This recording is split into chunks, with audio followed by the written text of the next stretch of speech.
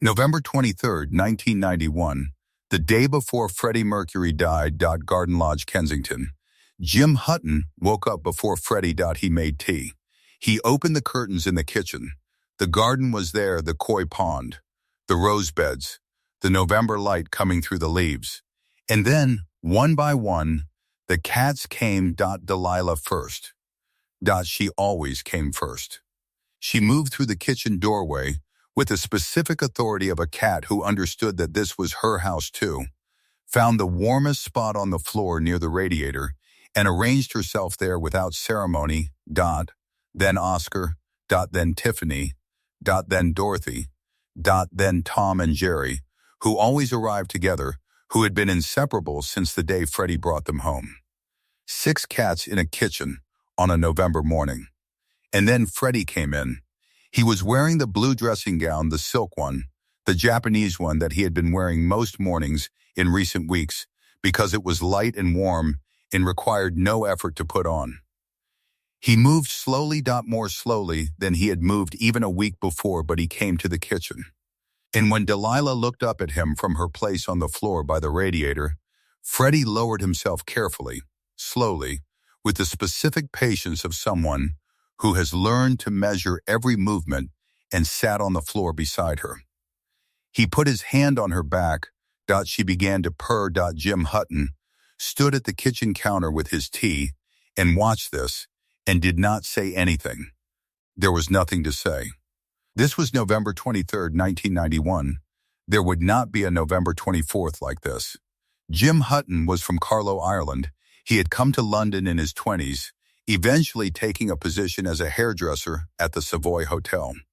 He met Freddie Mercury at a gay club called Heaven in 1985 and refused the first offer of a drink. 18 months later, same club, he said yes. He did not know who Freddie Mercury was when they first slept together. When Freddie told him his name, it meant nothing to him. This is the specific quality that made Jim Hutton different from everyone else in Freddie Mercury's life. He came without the weight of knowing. He fell in love with the man before he understood what the man was. He moved into Garden Lodge in 1986. He became the gardener. He grew roses. He tended the koi pond. He fed the cats. He stayed through the diagnosis, through the illness, through the withdrawal. He stayed because it never occurred to him not to. The cats were Delilah, Oscar, Tiffany, Dorothy, Tom and Jerry's 6 cats in a Kensington townhouse, in the garden, on the furniture, in the Japanese room, in the kitchen, in the bedroom. Freddie had acquired them across the years in the way that people who love animals acquire animals, one at a time, each with a story, each with a name that he had chosen with the specific care he brought to everything he named. He wrote a song about Delilah. Not as a gesture, because Delilah had done something that morning that he could not stop thinking about, and the only way he had ever processed the things he could not stop thinking about was to write them down. Jim Hutton has said that Freddie talked to the cats the way other people talk to friends. Not performing it. Not doing it for the room. Simply talking. Telling them things. Asking them questions that he did not expect them to answer, but that he needed to say out loud to someone who would not repeat them. The cats understood nothing of what he said. They understood everything of what he was. They came to him because he was warm, and because they loved him, and because cats know things about people that people do not know about themselves. On November 23rd, 1991, the cats spent the day at Garden Lodge the way they spent every day. They did not know it was the last day. Freddie knew. Freddie knew. Jim Hutton has said that in the final days, Freddie was very quiet. Not sad. Exactly. Not performing grief. Simply quiet, in the way of someone who has arrived at a place where there is nothing more to manage.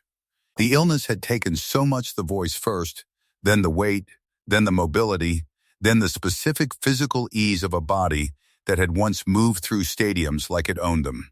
What remained was the mind, still sharp, still Freddie, still noticing everything. And on November 23rd, that mind was in the kitchen, on the floor beside Delilah, with one hand on her back, In the November morning light, Jim Hutton moved around the kitchen making breakfast. He did not make a thing of it. He did not say, "Look at you sitting there." He did not document it. He simply moved around the kitchen and let Freddie sit on the floor with the cat for as long as Freddie wanted to sit on the floor with the cat. This is the specific quality of 6 years of loving someone, knowing when to say nothing and let the moment be what it is without turning it into an occasion. After breakfast, Freddie asked to go to the sitting room. Jim helped him. He moved slowly through the corridor, one hand on the wall, Jim close enough to help if needed. The sitting room at Garden Lodge in November 1991 was the room where the paintings were. Freddie's collection, the Japanese woodblock prints, the works he had acquired across decades of going to Sotheby's with the specific devotion of a man who understood that beautiful things were not luxury but necessity. Jim had helped him look at the paintings a few days before Freddie had wanted to leave his bed and simply see them, and Jim had supported him around the room while Freddie stood before each one and looked for as long as he wanted to look. On November 23rd, they sat in the sitting room together. Tiffany had followed them from the kitchen. She arranged herself on the arm of Freddie's chair, with the casual precision of a cat who has done this 1,000 times. Freddie put his hand on her without looking down. She settled. Outside the window, the November garden. The koi pond. The roses that Jim had planted. The specific quiet of a Kensington morning that did not know what it contained. In the afternoon, the sun came through the sitting room windows. November sun low, amber, the specific quality of late autumn light in London that is warm without being warm, that suggests something rather than delivers it. It lay across the floor in long rectangles. And the cats found it.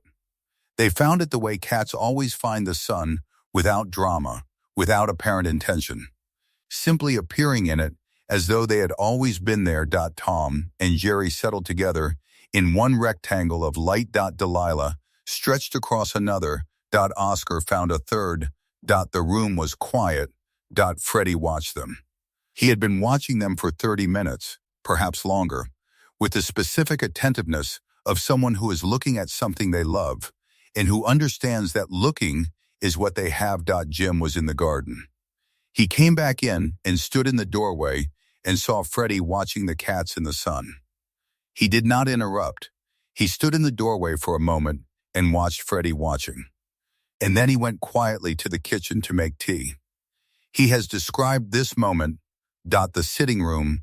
The sun. The cats. Freddie watching them. He said, "I have never seen him so still." That evening, Jim made dinner. Something simple. Freddie had not been able to eat much in recent weeks, and the meals had become small, specific to what he could manage. Jim cooked it anyway. He always cooked it. This was the domestic rhythm that had been the structure of Garden Lodge for 6 years, and Jim Hutton did not know how to live outside it. Freddie ate a little. He sat at the kitchen table with his plate and ate what he could. Dorothy had positioned herself under the table, not begging, simply present, the way cats are present when they choose to be near a person after dinner. Freddie said something. Jim Hutton has described it in these terms. Freddie looked at him across the kitchen table and said very quietly that he had had a nice day. Not effusively, not performing gratitude, simply stating a fact. He had had a nice day. Jim said, "Me too." That was all. The conversation did not continue. Et did not need to. Two people who had shared a house for 6 years at a kitchen table on a November evening. One of them dying, both of them knowing it, and the thing that was said was, "I had a nice day. Me too." Me too. This is the sentence that Jim Hutton has returned to in the one account he has given of November 23rd, 1991. He has not elaborated on it. He has not explained it. He has simply said it and left it standing, the way the most important sentences stand without decoration, without the apparatus of meaning making that lesser sentences require. I had a nice day. The day had contained the kitchen floor with Delilah. The sitting room. Tiffany on the arm of the chair. The paintings. The sun through the windows. Tom and Jerry in the light. Freddie watching them.Jim, watching Freddie.T, dinner.Dorothy, under the table, six cats in a house in Kensington on a November day. And at the end of it, a statement. I had a nice day. Jim Hutton said. Me too. And then they went to bed.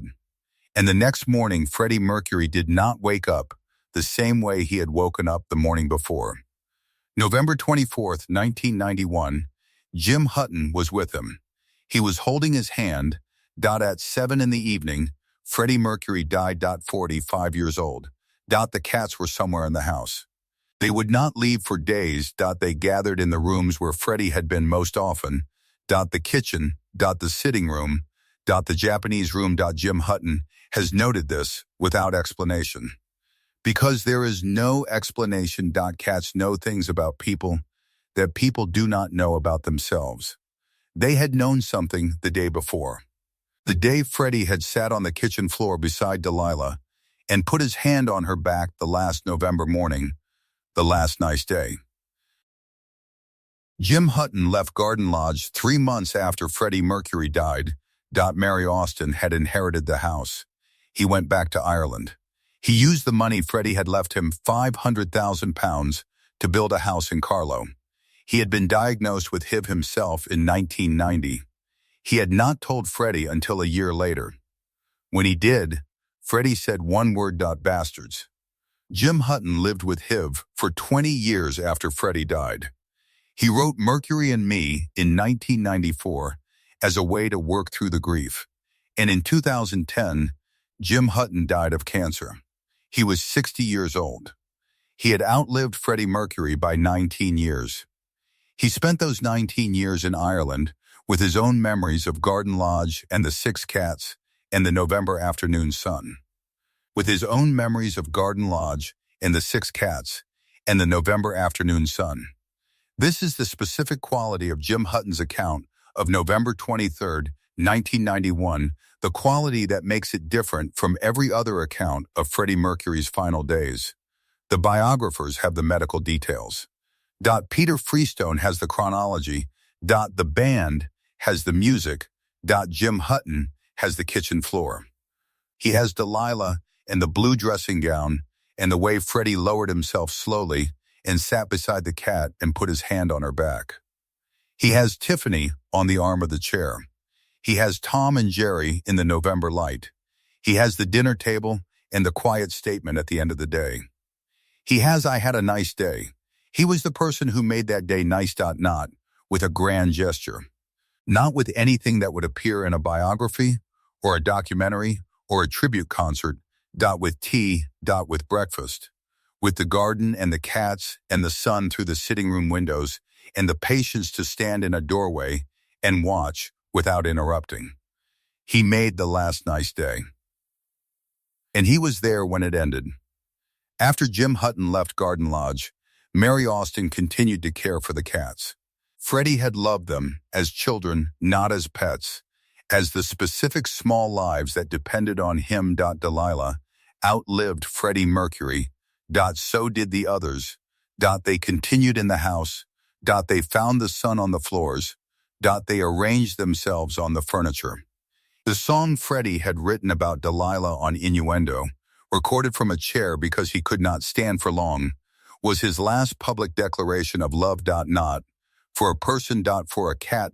For the specific cat who had come to the kitchen first on the morning of November 23rd, the first one in the kitchen. The purring. The hand on the back, the November light. Jim Hutton described November 23, 1991 once. Not in an interview. Not in a documentary. In the memoir he wrote in 1994, in Carlow, working through grief that had not gone anywhere. He described the kitchen floor. Freddie in the blue dressing gown. Delilah. The hand on the back. The sitting room. The afternoon sun. The cats in the light. Standing in the doorway, deciding not to interrupt. The dinner. The quiet statement at the end. He wrote, I have never seen him so still. He wrote it and moved on. He did not explain what the stillness meant. He wrote it and left it standing. He died in 2010. The description exists in the book. It It has not been repeated. Not elaborated. Still, exactly what it was. A still man in a sitting room watching cats in the sun. One day before everything ended. One day before everything ended.